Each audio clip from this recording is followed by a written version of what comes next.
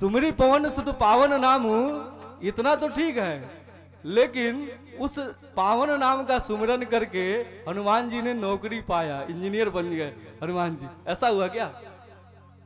हनुमान जी पावन नामों का सुमिरन करके इंजीनियर नहीं बने, अपने बस कर ही राखियो राम, राम को अपने हृदय में रखते हैं।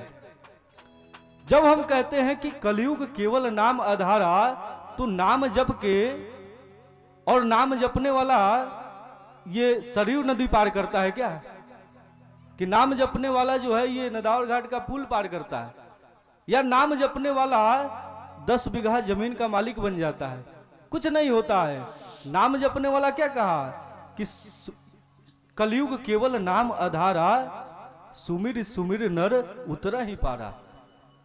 ये राम नाम, ये कृष्ण नाम, ये राधे नाम परमात्मा की सिद्धि के लिए है, परमात्मा सिद्धि करा सकता है। भगवान भी जिसका गुणगान नहीं कर सकते हैं, उस नाम से तुम क्या चाहते हो? तो पैसा चाहते हो, धन चाहते हो, और धन नहीं मिलता है तो बोलते हो महाराज राम नाम में कोई शक्ति नहीं है, कृष्ण नाम में शक्ति नहीं है। अरे राम नाम पास कराने के लिए है कि नौकरी दिलाने के लिए? भगवान, इसीलिए मैंने पहले कहा कि भगवान न पास कराते हैं, न नौकरी दिलाते हैं, न बाल बच्चे पैदा कराते हैं। लोग आजकल एक भ्रम चल गया, ये पुत्र प्राप्ति वाले गुरुजी हैं। गुरुजी भी पुत्र प्रदान कर रहे हैं। अरे महाराज, सबसे नास्तिक देशों में चीन है, और चीन आबादी से परेशान है। वहां तो राम जी राम नाम नहीं जपा जाता, और वो तो आबादी से परेशान है। क्या इसी जगत में जो पूजा करता है उसी के पुत्र होते हैं? ऐसा कुछ नहीं है। हमारी संतानों का संबंध, संतान की उत्पत्ति का संबंध पूजन से नहीं है, ज्योतिष से है, उसके विधान से है, उसके संस्कार से है, सबसे है। लेकिन हरिनाम संकीर्तन करने से ही पुत्र होगा। अरे महाराज, राम नाम लेने से, हरिनाम संकीर्तन करने से तो परमात्मा प्रकट होता है। पुत्र प्राप्ति करने के लिए कोई विवाह ही ना करे, केवल राम नाम जपे। अब आप बताइए, आपकी शादी ना हो, राम नाम कोई महात्मा आपको बता दे, बच्चा राम राम जपो दोहराओ आगे तरह, तो राम राम जपने से उसको पुत्र मिलेगा। उस राम नाम जपने से वो परमात्मा के धाम तो चला जाएगा, लेकिन ये जरूरी नहीं है कि उसको पुत्र भी होगा। जरूरी है? नहीं है। पुत्र तब होगा जब वो बालक बड़ा होगा, पुत्र तब होगा जब उसका विवाह होगा, पुत्र तब होगा जब वो सारे संस्कार होंगे। ठीक है ना? तो इसलिए परमात्मा कुछ नहीं करता है। परमात्मा क्या करता है? परमात्मा हमारे सांसों के रूप में पल प्रतिपल हमारे अंदर बाहर विराजमान है। परमात्मा वायु के माध्यम से, परमात्मा अग्नि के माध्यम से हमारे रोम रोम में बसता है। परमात्मा गंध के माध्यम से हमारे रोम रोम में बसता है। परमात्मा एक एक रूप के रूप में हमारे अंदर बाहर सर्वत्र फैला हुआ है। परमात्मा के अतिरिक्त और है क्या? इसीलिए तो कहा कि परमात्मा करता भी है और अकर्ता भी है। सब कुछ करने वाला भी वही है, और भगवान को अकर्ता भी कहते हैं कि वो कुछ भी नहीं करता है। भगवान को तो कहा एक नाम उसका अमन है। भगवान के पास तो मन ही नहीं है महाराज।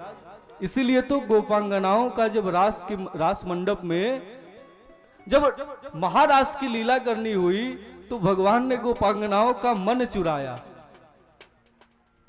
उनके मन से किया लीला। विचरंतु मनस चक्रे, परमात्मा ने मन ग्रहण किया, परमात्मा ने विचार किया। तो इस प्रकार पल प्रतिपल सब कुछ परमात्मा के रूप में ही प्रकट है। सब कुछ करने वाला कर्ता परमात्मा ही है। इस अर्थ में परमात्मा की कृपा पल पल बरस रही है। यदि सूर्य प्रकट न हो तो सारी नौकरी भी आ जाए, लेकिन सूर्य प्रकट न हो तो नौकरी का क्या मतलब है? आप ही न रहें तो आपकी नौकरी कौन करेगा? आपका नौकरी तो सबसे बड़ी कृपा, भगवान तो ऐसी कृपा करते हैं जो जगत में कोई ना कर सके। अरे जगत में जो आप कर लेंगे वो काम करने के लिए परमात्मा की क्या हो सकता है।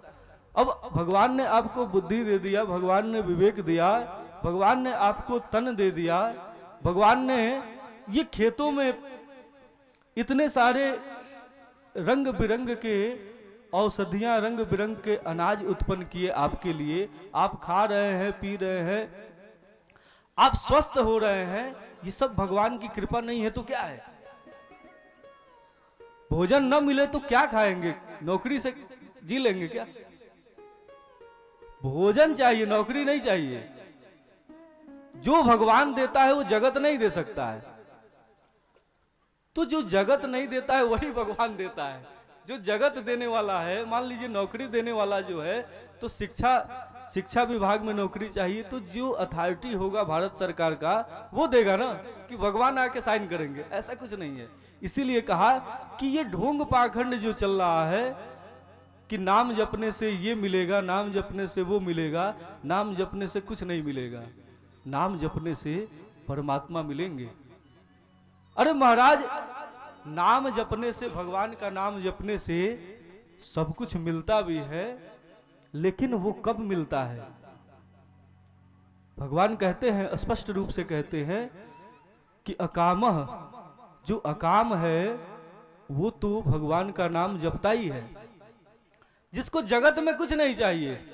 लेकिन आगे अगला ही शब्द बोलते हैं कि सर्व काम हुआ, जो परमात्मा के अतिरिक्त भी सारी कामनाएं रखता हो, केवल परमात्मा की सिद्धि ही नहीं चाहता हो, वो जगत की भी सिद्धि चाहता हो, और मोक्ष कामो उदारधि, वह मोक्ष भी चाहता हो, वो इस जगत के पार भी परमात्मा के धाम जाना चाहता हो, तो वो भी क्या करे, तीव्रे न भक्ति योगे न यजेत पुरुषम परम।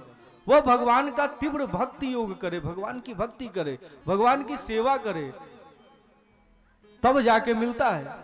भगवान की सेवा से, भगवान के नाम से तीव्र भक्ति योग यदि की जाए, भगवान की पराभक्ति की जाए, तब सारी जगत की कामनाएं भी पूर्ण होती है। लेकिन केवल लड्डू चढ़ा देने से कुछ नहीं होता है। तीव्र भक्ति योग करनी होगी राम जी की।